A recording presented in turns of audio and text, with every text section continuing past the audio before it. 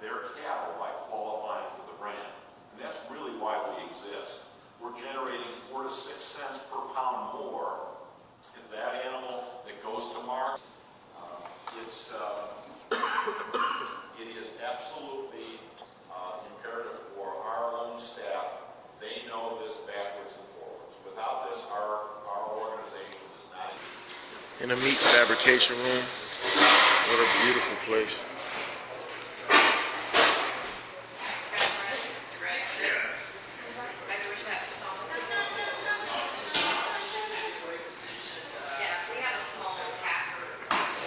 Hey, videotape me by the meat right quick. Don't press nothing, still recording. Don't swipe nothing, don't see any other videos. Yeah, go ahead, we can start handing out. Excuse me, I'm going to just pass through and get these notes, and then you guys are all going to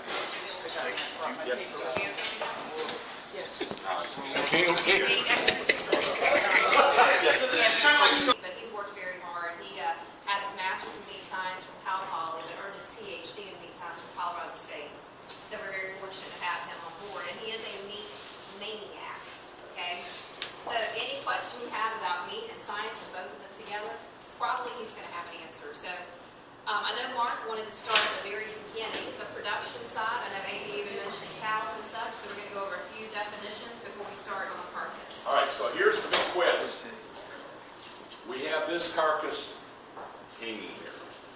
How did we go about getting that carcass here? Who are the players, if you will, to produce that carcass? We had to start with what? A cow, and what else? Farmer. And the cow. And come on now, we got a mama cow, but what else do you need here? Bull. All right, so Hey, me. bull. This is the starter.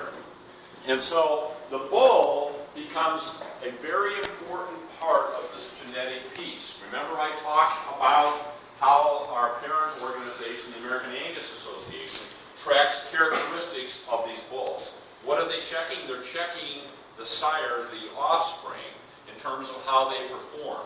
So the 18 characteristics are not just marbling. That's the one that we look at the most. They also look at ribeye area size. They look at things like how docile is the animal. If that animal is a high-strung animal out in the herd, creating problems with the rest of the herd, that's a problem. Now, that's one of the characteristics that's very few moms. There's some breeds not so much so. So we've got these two, and voila, something happens, right? So you get an offspring. So what do they end up having? Calf, okay? And so that calf is what? One or the other? Female. Male or female. Okay, so what's a male calf called? Steer. Okay, steer. But how does he become a steer? Why wouldn't he become a bull? Think about this now. He's not going to reach maturity. Okay, if he reaches maturity. So you're correct. If that male calf is allowed to reach maturity, he'll become a bull. But what happens in the process of beef production? Who said this? Will, you said? He gets snipped. Yep. Everybody, that hurt everybody except Amy and Amanda in this room. And as a result, they're going to be healthier, yeah. It's a lot safer to handle those animals. And then on top of it all, these bulls, as they have that testosterone coursing through their veins, they're not putting down any fat. When we castrate them, they do start to go to a different physiology, and we're able to put fat down. So that's what's great about that. So we have the beef breed to begin with that's going to have the nice muscling, and they're just bred for that. But if we allow them to stay a bull, and they don't come out as a steer calf, they come out as a bull calf, and then we castrate them to become a steer. When they just kind of hang out and eat, and just what chill, percentage they put do fat. you let become bulls, or what Very percentage? few are going to stay bulls. Very few bull calves are going to stay bulls. Most of them are going to go into steers. And it just depends on the segment of the industry. You guys went out to the ranch yesterday, right? No. So they're kind of a cow-calf, but they do have purebreds there. Purebred bulls, purebred bull calves are going to usually stay bulls, but that's a very small segment of the industry because they're just the genetics, the baseline for everything. But don't you need them to breed? Exactly. And so you keep them as bulls, but it's a very small amount. So does the Angus How do you know which one's pure or the Angus not? breed includes the bull or just the cows and the steers? The Angus breed will have both bulls and cows that we maintain registered, and those are the purebred stock. They're just the starting point for everything. Okay, we'll take those bulls and those cows and often cross them with another breed. Okay, and we'll start talking about that when we start talking about the A stamp on the carcass itself. But we need to evaluate potential economic benefits depending on the part of the country you're in or the area that you're in. Different types of cattle, crossbred, will actually give you better results in certain parts of the Well, country. And then we know what the progeny will potentially produce, either to go on and do the same, or to produce product. So it's really, it's very in-depth in terms of we have literally hundreds of years of data, essentially. But we, as a breed registry, have the greatest depth on our bench in terms of information. There's no other breed that compare in terms of the history that we can provide to Angus cattlemen and women about the genetics behind this animal, and what will come together in their progeny. And that's very important. I mean, my dad's a perfect example of the traditional farmer in America. We have about 30 females, 1 bull. That 1 bull services those calves. Those calves are born in Southern Virginia. They're sold at weaning between 6 and 8 months of age. And their destiny will be a feed yard to be corn-fed here in the Midwestern region and then to go to a packing plant. So that's kind of a typical procedure for a lot of cattlemen here. But I wanted just to offer that perspective because it gets kind of complicated. If you have a registered dog, it's not very different than my dad having a registered bull. You kind of know what the papers are and you know what their strengths are. For instance, with the corn feed, with the genetically modified crop that they're using now, does that affect your In cattle terms and of- the feed? No. The bad, the No, bad there's- corn? No, and we can elaborate on some of the feeding practices as we go through the specs. Would you like to address those things as we go through the specifications? Yeah. Other offspring, obviously female, what? Calf. Well, what a female calf is called? Heifer. Heifer, very good. Yep, that's what we've got. So, you've got, and you hear market reports, steer and heifers, today we're at $1.25 live on the hoof. So it's a combination of steers and heifers. What's the percentage of steers and heifers in the marketplace today? So you would have somewhere in the area of about 38% of that mix would be heifers, the rest would be steers. Why lower heifers? Because some are being retained for reproductive purposes. And the percentage of heifer slaughter to steer is our indicator as to whether or not the herds are being rebuilt. 38% we're not rebuilding herds, we're maintaining. If it drops to 33, 34% heifer production, then we know that we're starting to see some of those farmers that now have land that's been rained on, that's growing grass again, that they can afford to put them out on pasture instead of selling them off because they can't afford any feed or they don't have enough water. And that's a very, very simplification of what's happened with the drought and why beef herds are down. But that's the other player. At what point does this... Really focused on older cow meat. Elkhorn Valley Angus is really a cow program. If you've ever seen Laura's Lean in a grocery store, that's a bull program. So you really have to understand that when we're talking about the fed cattle base or fat cattle or the cattle that our product would disseminate from and some that you purchased in the past, that would come from heifers and steers, not cows and bulls. The cattle that we're eating. Okay, the purebreds are those animals that are registered. Those are the ones that we know the lineage. And we will have purebred cattle that go into the food stream, but we do have a lot of crossbred animals. And so, back in 1978, we needed to be able to identify whether or not an animal had Angus genetics, some type of Angus influence in it, We need to be able to do that at the speed of commerce. Okay? You're not calling up with these guys and saying, well, I'm just not paying enough for beef right now. You make it more expensive. Okay? We need to still be able to move at the speed of commerce. Okay? And so the way that we identified doing that was looking at the hide color. We know that the hide color, the black Angus cattle, will exhibit those black hide colors. Okay? It's a more dominant trait in their genetic makeup.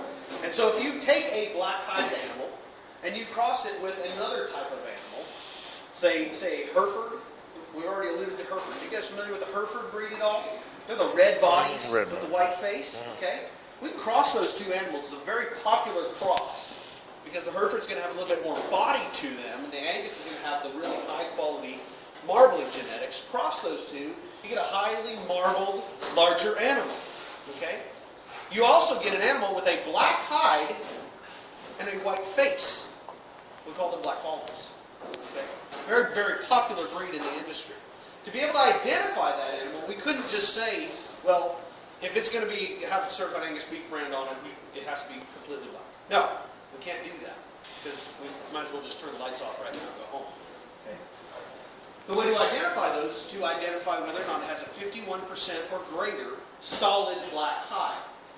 Okay? So that black baldy animal wouldn't qualify very easily because really only its face and its socks are going to be white. The rest of it is all white. Okay? We do that in the packing plant. And there's a person in the packing plant trained by USDA. It's usually a packing plant employee, but trained by the USDA with USDA oversight. And in fact, you go to a USDA grading office and you can see that person that was trained on a live video feed in the USDA grading office, where the graders sit there while they're eating lunch and they watch that person. Or on their breaks. There's always somebody in there watching that camera to make sure that they're doing it right. That person is kind of halfway through the skinning process. Not even halfway, maybe a third of the way into the skinning process of that animal, or that carcass at that point. Where we've knocked that animal, rendered it unconscious, which is not only the legal but the ethical and moral thing to do to that animal before you bleed it. We bleed it, and then we begin the skinning process, which is we hold them up by their hind leg. This is the Achilles tendon. Okay, everybody knows where their Achilles tendon is, so now you're starting to see. Yeah, I know. These animals are put together exactly the same way we are. It's just different proportions. That's all. Okay? These are four-legged animals, and of course we are two-legged animals. These are the easy questions. They're going to get harder as the day goes on. Depending on the time of day. Depending on the time of day. Exactly. Good night last night, I can tell. Okay, so we begin the skinning process by peeling away the skin down to about here. We still have the rest of the skin, the hide, still on this animal, so that we can identify whether or not it had a black hide on it, or predominantly black hide. And so that's where the person says, yep, looks good, we can put an A stamp on that animal. That A stamp, you can see it right there. All that means, what does that mean? What is this? It's Angus. It's Angus type. Okay? All that means really is that at one point or another that animal had a black hide wrapped around it. That's all that means. Okay? You can put an A stamp on a black limousine cow. Alright? We've already alluded to that. Some of the other programs that are out there that say Angus, they're trying to use that Angus term. And that's how Arby's gets their Angus. That's how McDonald's have their Angus. Okay? A lot of different types of black-hided breeds that are out there because of the benefits of having that black hide, the potential added value to it. But that's where the big difference starts to happen. Because, yeah, we do care that it had a black hide on it. We are the American Angus Association. We believe that our breed is a superior breed for eating quality. But we also know that there are crap Angus out there.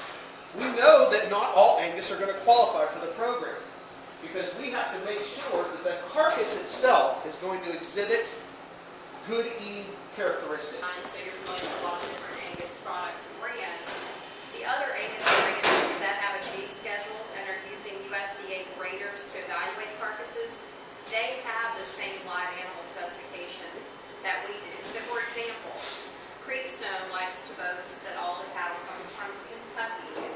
It's more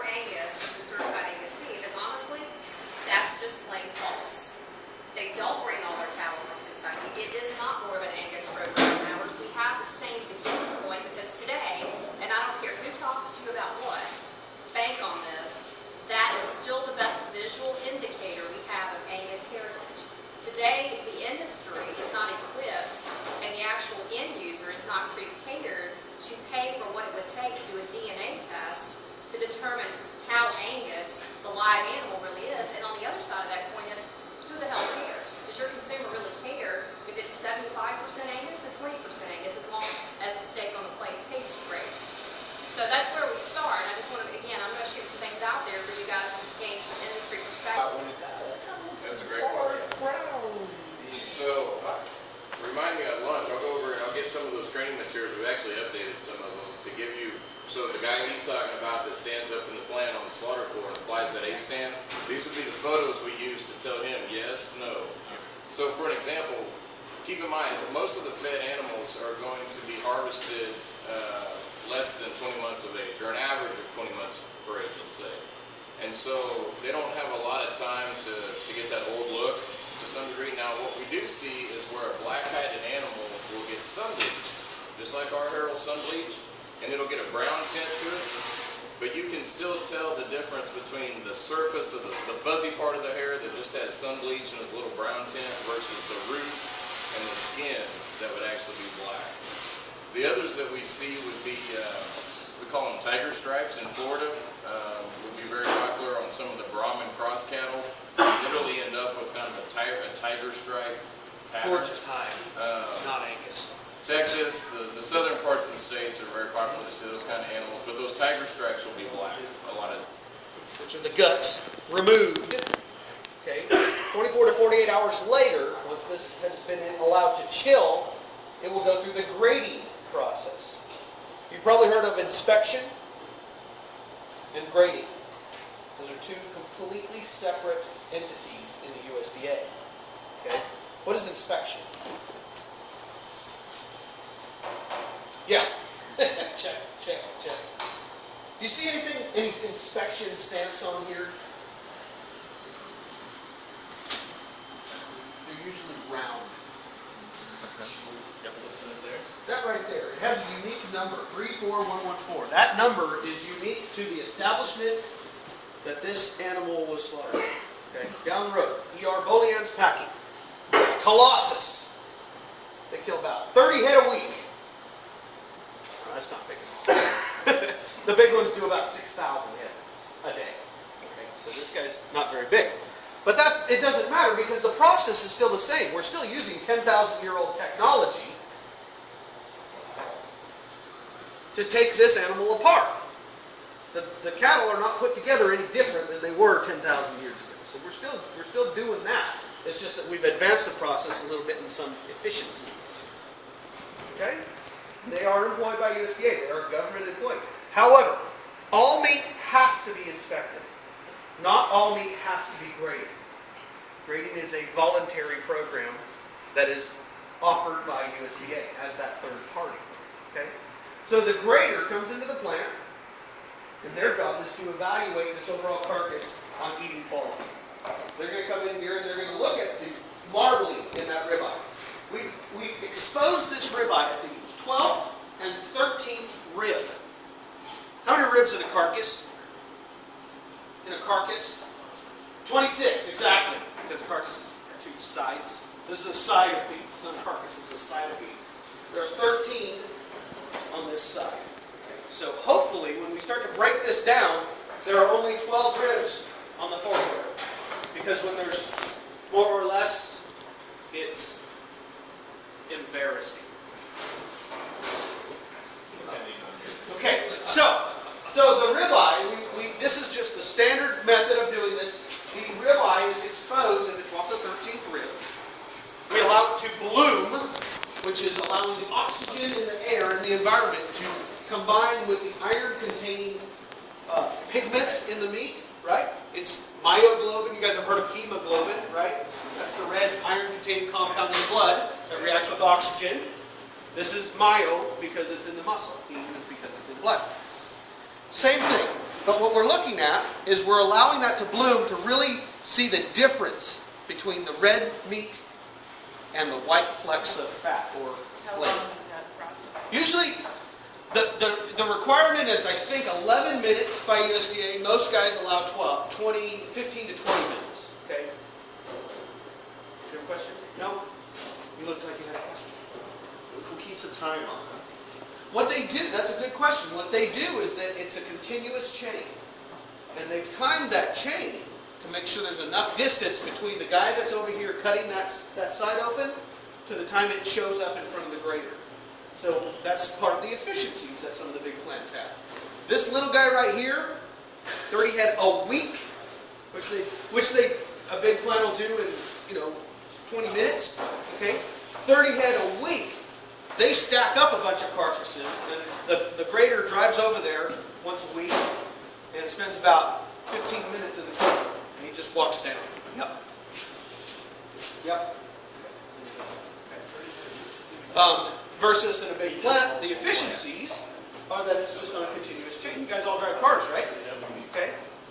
We could build a car by just sitting in a garage and building it. Let's talk about some of the grades. This is the minimum amount of marble. This is pretty much, these are actual official USDA grading cards. Okay, anybody can get these, but USDA grading cards. Okay, they start at slight. Anything below this is what we would consider no roll.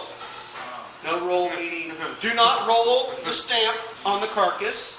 It's not worth grading now. Anytime that a grader puts a stamp, yes, tasty, isn't it? Anytime a grader puts a stamp on a carcass, the plant or the entity that is employing USDA to be there has to pay USDA for that stamp. Okay, less than slight standard. Okay, standard is a grade below slight or So standard and normal are the same? standard of marbling is prime, but because it's old beef, we can't put a prime stamp on it. Right? Who buys that? Who buys that? Casinos, those all-you-can-eat $3.99 buffets. Yeah, it's economy dining is what I would like to say it That's nicely. being generous. It's very generous. That's right. Yeah. So this is slight. This is select. We don't need to have a card that says standard because anything less than this is usually no roll anyway, and there's no other grades below standard.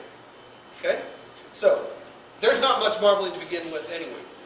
But what we would do is, if you were graders, if you were a group of brand new hirees for USDA and you're going to come up here and learn grading, what you're going to do is set this up here, trying to shade a little bit to get some of the glare from the lights off, and you compare.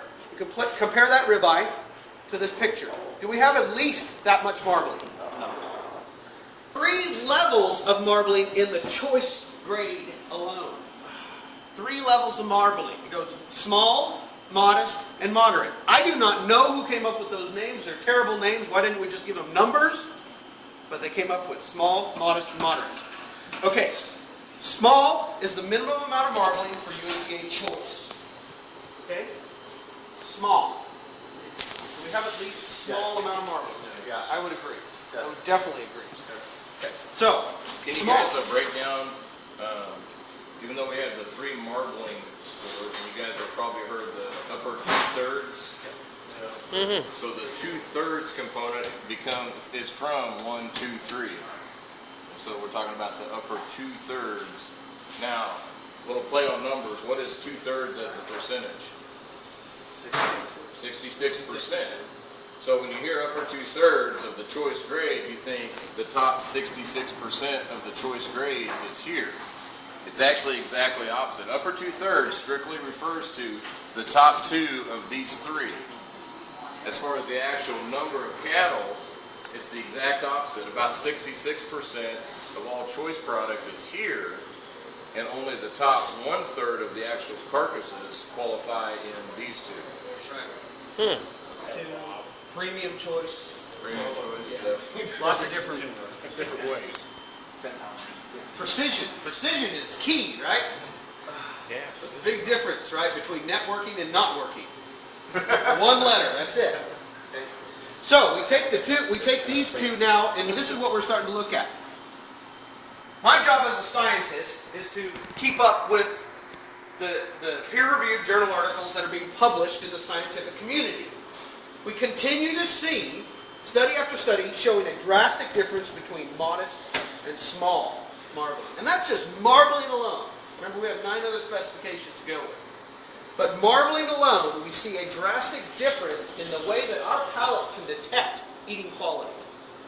So when these specs were written back in 1978, it was brilliant because they didn't have all that data. They had some data, but they didn't have all the data that they have now to continue to verify and validate that selection criteria. Okay? Modest and higher marbling is our minimum amount of marbling for certified Angus beef. Our minimum amount of marbling for certified Angus beef is modest. What's the minimum amount of marbling for certified Angus beef? Modest. Okay? Get excited about that because this is when it starts getting exciting. This is boring. Trust me, you go and stand on a packing plant line in Texas. Oh, don't pick on And I'm just going to pick on the Texans. Okay, but do we have any Texans in the room? You're a recovering Texan. How's that going? Not too good. And you sit down there and you see some of those cattle that go by, and you see a lot of these. Okay, and every once in a while you see one of these, and bells ring and balloons fall from the ceiling. It's really exciting. Okay, but nonetheless, the specs are still the same. They still have to have the right specifications to go into the program. Modest and higher marbling. Do we have modest? Yes. I'm going to say yes, absolutely. You start looking at that, and especially you get up close and you see all that really fine flex in there. If this room was about 32 degrees like I'd like it to be, but the chefs start complaining. Hi, chef. If this room was about 32 degrees, that marbling would set up even more and pop even more. Because marbling is fat. As you warm up fat, it melts, right? And so you don't see it as much. That marbling would really be popping right now. Okay. But yes, modest and higher. We're definitely within the modest range. Let's put moderate up there. We don't really need to because the next step up is prime. And our minimum amount of marbling, we're not there, are we? No. I would say this is close, but it's not there. It doesn't matter. But now, just like we don't have anything below Selite, because there's only one grade, there is nothing above prime. Yet we do have 2 of these marbling cards for prime. I don't understand. But this is the minimum amount for prime, slightly abundant. Slightly abundant. Yeah, is that just as arbitrary a term as they can possibly pull out of the air? What's the last one? Very abundant? Moderately abundant. Yeah. Oh, moderately Yeah. abundant. Yeah. They don't This have a goes word for it. slab, It's ab, called very mab. abundant. Very abundant. Yeah. That's something you rarely see. No, you see them. You see them. But it doesn't matter. From that pretty steep cutoff, that 75% cutoff, then you also have the 9 other qualifications where that 25%. Yeah. Exactly right. Think about it as this huge funnel of uncertainty. You've got all these different breeds in the mix, all these different quality levels, and then the first step is the black hide, and then all of a sudden we narrow it a little bit, and a little bit more, and by the end, that carcass has to meet all 10. 95%. Get that makeup. Get that Identifies makeup. or is the key to blacking is, it seems like you're not getting enough marbling from those cows that are specifically to have the marbling. You know what I'm saying? It's like these cows are bred for that. They have the genetics for that, but you're still not getting, as much, Nature. as many as you can, Right. or should be. It seems like still such a small amount It that is. you're actually getting.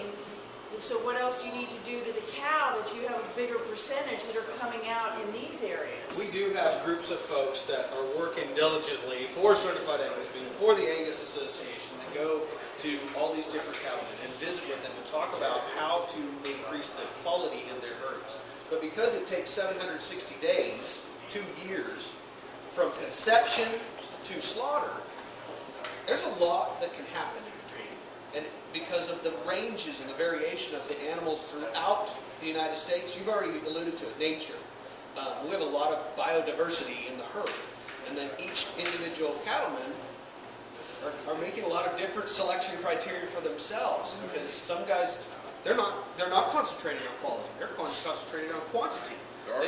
With the world and the environment and all the things that are going on, their backs must be up against the wall. The There's a lot of obstacles that they would see more to try and get more purity from them because of bad grains and crops and bad weather, and so that it would seem like it's going to get less and less. Yeah, there are a couple things to keep in mind. Amy brings up very relevant points here. So you know, if we've been doing this for as long as we have, if we have all this genetic material that we can kind of evaluate, why don't we have more of that slightly abundant marbling throughout the entire beef cattle base? Well, there's one real solid reason, because typically when you're selecting for a carcass trait, it's antagonistic to reproductive traits in those animals. What's the number one thing a producer has to have to make money? A live calf on the ground. So if they don't make genetic selection decisions that incorporate reproductive efficiencies and productivity, then they shot themselves in the foot before they even get started. That's one.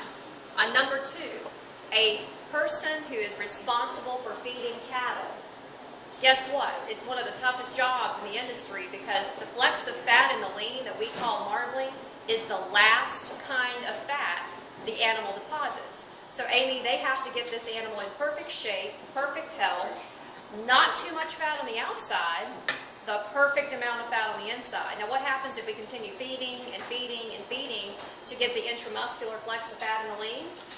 The bark on the outside gets fatter and fatter and fatter. What does that mean? More trim loss, more yield loss, packers are not happy, your steak cutting partner's not happy, you're not happy if you're cutting it in the back, right? So there's a lot of very specific reasons why it's not like, hey, we've got all this material, let's make it happen. Environment, this is 50% man or genetics, and then 50% environment, just like wine. If you have good grapes, you can choose to make good or bad wine. But if you have bad grapes, you can only make bad wine. And that's exactly, there's some cards, those are kind of prototypes on training materials on how the guys applying the A stamp will be trained, and I'll pass them around so you guys can all see them. But they kind of start with the obvious, the solid blacks, and you can see the green check marks. They're going to get an A stamp. And then we progressively go, now these are the black baldies that he referred to, still green check marks. The one in particular, showing my roots. There's a roan. This would be the roan, the speckled, that, yeah, if you measure total hair count, he probably is 51% black, but the roan, solid black is the key. And then, here is probably one specific to your question where you can tell this one's probably the best one. He's got some black tint to his head and his neck, and kind of down here in his lower quarter, compared to this one. But can you see the difference between this one and this one? This one is probably going to have, these are actually red hair roots on this one. Where this guy is a black animal that's just sun bleached. He's got the tips of his hair, I don't know, he needs to go see his stylist or something. Beijing. Get the Beijing. Now what about, have they, the feed? Yeah. Have they said one part of the region produces better feed, that will produce better marbling? Have they dissected that aspect Oh of it? man, yeah, that's a whole nother 4 years in itself, animal nutrition, and not just animal nutrition, but ruminant nutrition, meaning cattle, sheep, goats, etc. Yes, we know that we grow corn. Yeah, we know we grow corn very well in Ohio, throughout the Midwest and the Central Plains. Okay, and that's where we finish a lot of cattle, because the corn is there. It's easier to bring cattle to the feed than bring the feed to the cattle, and it's actually more effective and efficient to do that. But we grow a lot of grass in the southeast. We grow a lot of grass in the northwest. And cattle can live out there. The mamas and the daddies can live out there, produce calves, and we can put more calves on a truck to take them to the feed yards in the middle. Okay, so there is some transit that happens, but because the grass grows very well in the northwest and the southeast, we have the cow-calf operators in those situations. Then we grow those animals up to about weaning or yearling weight on grass. Pretty much all beef cattle are going to spend 2/3 of their life out on grass anyway. Then they go out to the middle and finish on the corn. Now the United States grows a lot of corn. I was just at a feedlot that doesn't use anything. They use all wheat because that was the best source, that was the best bang for their buck at the time. They bought a lot of wheat out of the Dakotas, and that's what they're using for their ration. It doesn't matter if it's corn, wheat, barley, as long as they have that high energy to put down this fat because of the starches that are in that grain. That's what it really comes down to. I think a great example here, just literally within the last 5 to 10 years, would be the ethanol industry. So ethanol subsidies, and we can debate politics all day long on that. But at the end of the day, we're doing a lot of ethanol, and it produces a byproduct, dried distillers grains or wet distillers grains. And it's just simply when they're done with the ethanol, this stuff, the rest of the corn that comes out, and It's a sour mash. it's still corn at the end of the day. It's had the starches and sugars taken out through the distillation, but it still has value. And so for feedlots, there was a time when these guys were almost paying the feedlot, just come and get it out of my way. Do something with it. So the feedlots are sitting here, and what do? They take a sample, they give it to the ruminant nutritionist that Phil was talking about. Every feedlot works with a ruminant nutritionist. They give him a sample, he puts it in the lab. Okay, what's left in here? How much protein and so on? What are the micronutrients? And they go through and start to say, okay, there's some good stuff in here. Now, how can I incorporate this extremely cheap feed source into my cattle ration and still get the same results as if I were using whole corn? And talk about the evolution. So when they first got it, number one, it's cheap. And if you got cheap inputs, let's use as much of that as we possibly can. And so they kind of went crazy with it for a while, and over time they learned that, okay, well, if I want to produce quality and marbling, I can't use 30 or 40% of that as my animal's diet. And that's what they shot up to. And so a couple of years go by and they learn and they tweak and find the sweet spot. Trial and error. Exactly. A lot of trial and error. And so now they've found that instead of 40%, that's too much. It'll grow the animal just fine. It just won't produce a quality animal. Now I probably need to be more like 15 to 20% is where the sweet spot is, where I can maximize the balance of the quality I want to produce. Wow. If you made it that far. Exactly, exactly. And I spoke to an ACL chapter, I think in Maryland, and I had a gentleman speak up and say something to the effect of, well, I only buy Nebraska fed beef, that's the best beef. And of course I was green as grass, and I'm thinking, well, but that doesn't make any sense to me, because cattle are shipped from all over the United States to the Corn Belt to feed them there. The packing plants were built there to reduce, carbon footprinting, to make it more of an environmentally conscious and animal welfare conscious decision. So to say that Iowa fed is better than Nebraska fed, that's probably a misnomer in its own right, because cattle are coming. I mean, Virginia's a big cow-calf state. Florida's a big cow-calf state. I mean, by all rights, Florida really is not considered a fat cattle state by any stretch. Florida's not really been considered a high-quality fed cattle state. But now there are systems in place where we are producing higher fat cattle, higher quality fat cattle, and now we have enough of them that they might actually meet our specs so that we have churn and beef license to produce a certified Angus beef brand. So it's just funny how things, evolve over time, but I do want you all to have a factual standpoint that, if you think Iowa fed is better than Nebraska fed, which is better than Kansas fed, you could be eating my dad's Virginia calf fed out of Nebraska. Well, it's a misconception if you use around. That's right. So you always go to restaurants and you always say, where's your beef from? Midwestern beef. Midwestern beef. That's a generic term, so. That's right, that's right. And where's the Midwest? Yeah. I grew up in California. Midwest is Colorado and east. Okay? And then I get to Colorado and they tell me, no, Ohio. Well, this is East Coast if you ask me. So, anyway. When we look, because you guys haven't gone through the science behind the sizzle with all the.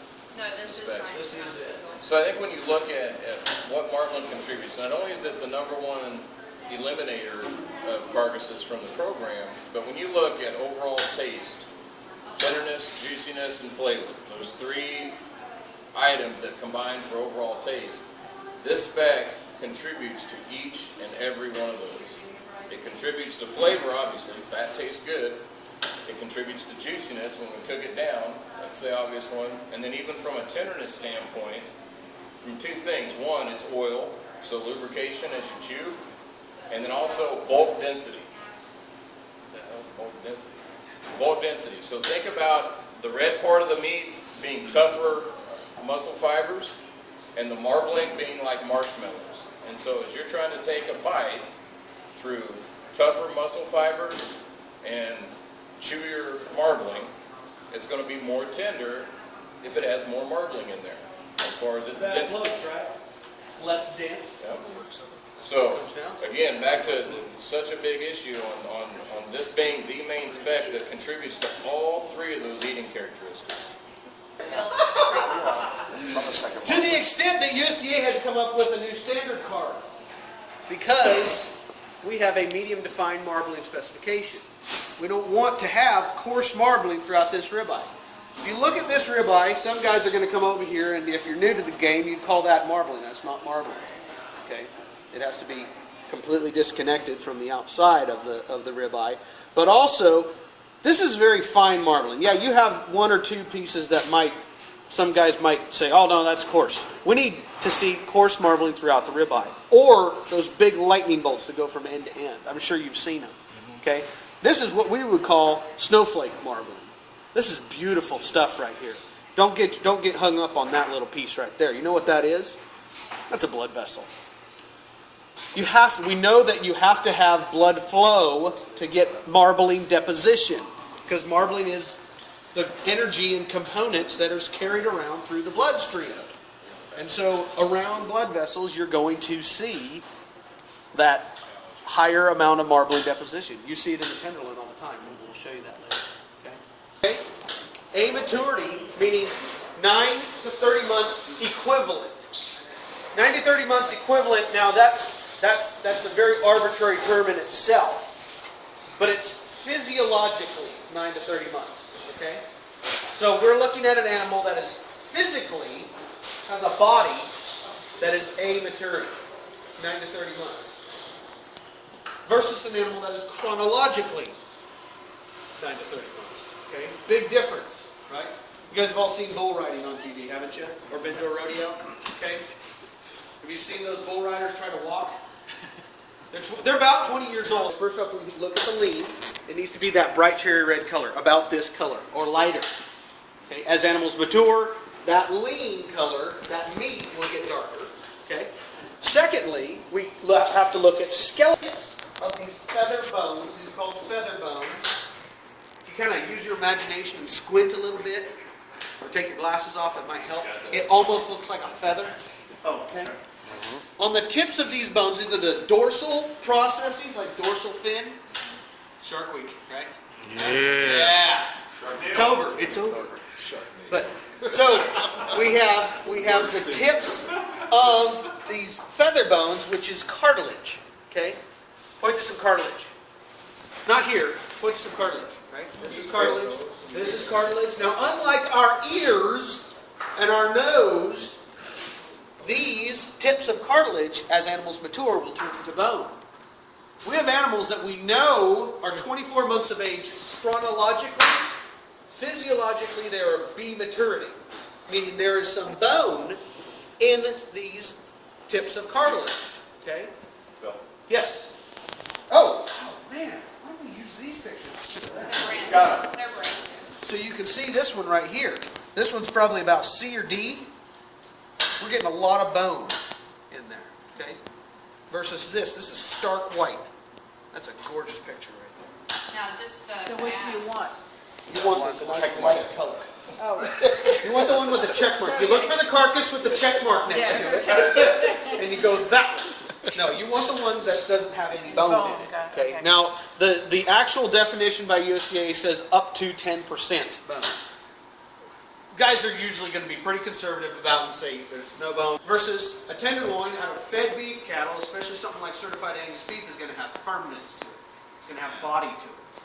Big difference. I got some pictures All right? Talk about layering here. Huh? We're gonna talk about one, but then you put it in a room. Crap. This is a great question, guys. What's the difference between aging and then physiological age? Physiological age is just our starting point. Aging is when we slaughter this animal, we harvest it, we're going to allow the natural enzymes in the meat to break itself down. And that's why we age beef. Okay? And then there's the two So that types. only happens after it's dead? Yes. Well, it's happening in every one of us right now, but we have I know, ability I'm to. getting old, Well, no, but no. Listen, it's happening in every one of us because we all have those enzymes, but we also have ability to rebuild it. Once we amputate about here, they do not have an ability to rebuild anything, and that's why it breaks down. It's a natural breakdown of everything. Okay, and aging is very, very beneficial to meat, but not to the live animal. Okay? So the next specifications are sizing specifications. Okay? First one is we have to have less than 1,000 pound hot carcass weight. We've already explained carcass, right? Head, hide, hooves, viscera.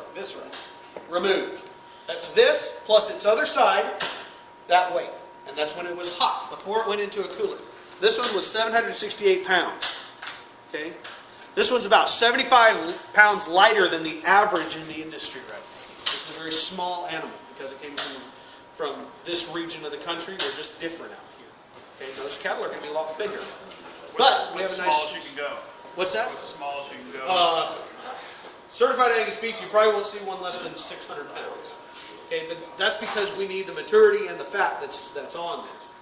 I've seen 300-pound carcasses in plants, but those are very poor quality carcasses. Usually extremely stressed animals. Okay, it's very, very rare. Extremely rare. We do see a lot of 1,000-pounders now and up. If we start to put those in the program, we're going to have a lot bigger muscles next to smaller muscles in a box, aren't we? That's how we sell beef. Okay? We want consistency. Now, we've already alluded to the fact that this is nature. Okay? This is biological variation. These aren't paper cups. These are animals. So, we have these 10 to 16 square inch ribeye. Not inches squared.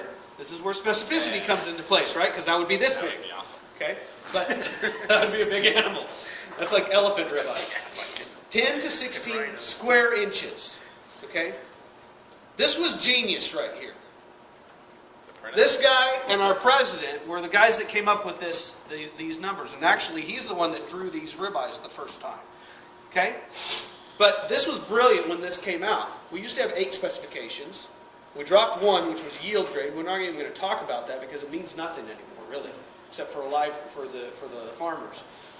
And we added 3. So we narrowed our specifications. We made it harder to get into the program, but we actually added more cattle getting into the program because there were better animals that we were missing. And so we narrowed everything. But look at that. Difference in range. It's very, very minimal, isn't it? So this is where the whole argument comes into, well, I have to have light ribeyes. I have to have heavy ribeyes. No. You need ribeyes with proper dimension. Range. Now, like I said, these are not paper cups, so it's kind of hard to see. But this ribeye fits very nicely actually within those 2 different lines. Now, if I was a USDA grader, my job would be to count all these little dots. Each dot, or each little square, is the equivalent of 1/10 of a square inch. Okay? So there are 100 little dots in the 10, and 160 little dots within that blue, or the 16. Okay? Does that make sense? You can give them just a range. That muscle, if it was 20 inches, 20 square inches, how thick would you cut that steak? Pretty thin, right? What are the 2 degrees of doneness of a pancake steak? Raw and cremated. That's it. You don't do anything in between that. Okay? We need to have some thickness. How many of you are chefs? Sometimes. How many are recovering chefs? No, I just kid about that. Chefs. Okay. Now, not only do you need to have that thickness for cooking and well done or doneness variation, but you need something that's going to stand up on the plate. It's a 3-dimensional art project, isn't it? That you're going to serve to people. Okay? So we need that consistency in sizing, and this does a very good job of that. Keeps those ones that you would end up, if you only had an 8-inch ribeye, you cut a 12-ounce option, but it is a sizing specification nonetheless, is less than 1 inch of back fat. And that is measured 3/4 of the way down the ribeye. So if you're writing it, this is the top of the animal, 3/4 of the way down, you would make a measurement right there. Okay? That's about 5/10 of an inch of back fat. We measure in tenths, okay, but 5/10. Now somebody was saying, why don't we just take a picture of it and count it?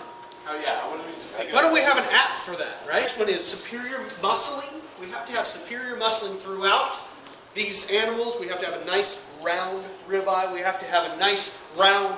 We want these animals, or these carcasses, to look like beef cattle, okay? Now the reason we have that is first off, consistency, visualization on the plate, okay?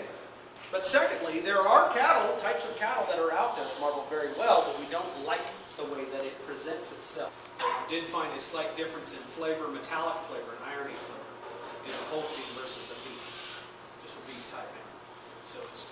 it's a different type of animal. It's a different breed. These animals don't put down the muscling because you don't want a milk cow to be spending all their energy putting muscle down. Well, the bull calves are going to have the same genetics essentially as the females, with one little exception. Right? And so they're not going to have a lot of muscling either. Okay? Influenced cattle. Okay, this is or the bull riding. Excuse me. This is the type of cattle that you're going to see in rodeos and bulls that are bucking off rodeo cowboys. These animals are tough. These are they make tough meat. Huh? Ill-tempered. Ill-tempered, yeah. This is a subspecies of cattle called Bos indicus. This is a Bos taurus species of cattle. Okay, Bos taurus are native to Europe. These are more native to the subcontinent of India. They're used to, better equipped to hot, humid climates. That's why you see them in Florida and Alabama, LA, right? You guys call it LA. Lower Alabama. Lower Alabama. Alabama, right? Quality specifications. This one is called capillary rupture, okay, which is something that happens during the slaughter process. It looks like little bits of bruising. It's not bruising. It's just that the capillaries within the meat itself had ruptured during the slaughter process for some reason or another, and it just looks bad. Okay, bruising would be an acute trauma on the outside, and it'd be a really big area, but centrally located, whereas this is throughout the muscle. Okay, it looks bad. If this showed up at your door, would you probably be calling these guys over here? I would call them too, because it looks bad and you paid more for this stuff. Okay?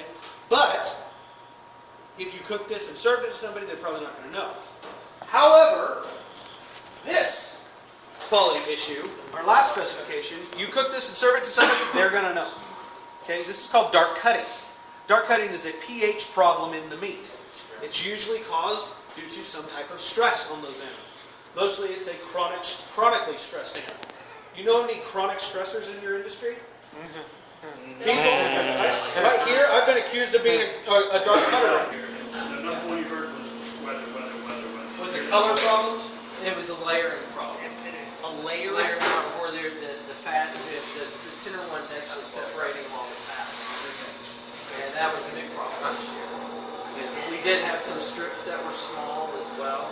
Okay, there's no sizing differences because of different times of year that The tenderloin was the most. We're talking about specs here. You guys have your 10 steps that you pass on to your customer that is your, well, I'm not going to be negative, but we had a lot of problems with qualities. And we had pictures. So if you're talking about all these specs that you guys are adhering to, but us, the end user, are getting a lot of bad problems. The quality meat coming into our operation. Flavor-wise, it's been fantastic. Right. I can show you pictures if you want to see them. Yeah. But it's just, so I'm hearing all this, but as the end user, we're having a lot of problems. So from a taste perspective, the product Flavor's tasted been great. fantastic. Flavor's been So great. sizing, It's sizing, it's packaging, it's presentation. Broken We cut our own products. tenderloins, we cut our own strip loins. Right. I mean, I'm getting strip loins that are like this. I'm getting tenderloins that have big gashes in it, it's pitted, bruised, and so it's really frustrating when I'm hearing all these steps that you're going through. But me as the end user, like you said, it comes down to taste. That's where we don't love to hear that, but we want to hear that information because based on carcass specification, certified Angus beef criteria has been met. But so that comes down to the way that the packer is treating that carcass after that. That's where we want to work with those packers, and Clint and I both work very closely with the quality assurance folks when those issues do come up to try to fix that because we don't want to see that in certified Angus beef. what package Yes, that? but It's different packages. Yeah, well, we had some stalling because of we have some packers that are specifically going into the hot cabinet, and if they don't have enough kidney fat over that tenderloin, it's stalling. Yep, and it'll discolor a little bit. And but the biggest problem was just the fact that we had so much weather variations this year that we thought, when we're talking weather variations, we thought we'd see the problem. Okay, it's occurring. It's gonna, it'll happen, and then we'll be back and get tenderloins. But for a long period of time, we had tenderloins, and it happened not just with Joe's, but across the board of just where they're just separating on that fat. That tenderloin would just cut it. as a tender, and then you just see it just open right up. And we were making sure that we were actually underaging tenders to make sure that we're not letting them get. We were actually pulling those slightly under 21 or right at 21 at the max, sending those out to Joe's, and then we're still having the issue. But it's you know, I've always been told that it's a weather-related issue, or that will cause that, or a ration change. But it seemed to happen quite a bit last year. Where would Especially that like be? during Christmas. Where would what packer? Is that When we get different Oh, what packer? Swift, Tyson, National? it was IBP, IBP and XL we had the most of. How can you avoid dirty dishes or whatever that ends up going out, spotty glasses or something? It comes back to just finding the issue. And we're actually in the process, as Phil mentioned, traditionally, we focused on the quality performance, the carcass evaluation and everything, and quite honestly, workmanship in particular, that's between buyer and seller. It's kind of been our traditional stance, I guess.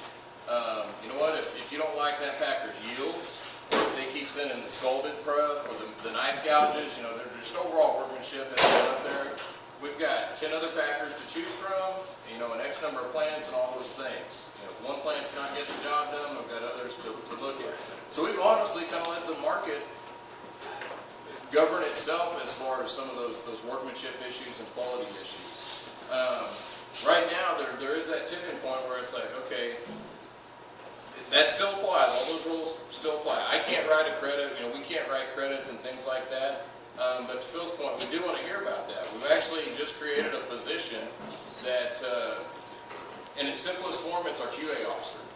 It's our QA officer that will be working with, keep in mind, we've got about 30 plants that we work with. So trying to keep these things, keep the details of the plant, specifically the photos, all those things, and create the case file on what are we going to do. The packaging, if it's the wrong packaging, whatever the case may be, and really start to address that, because at the end of the day, well, yes, we've got the carcass component, the eating component of it covered. We've got to jump into that next evolution, and then we're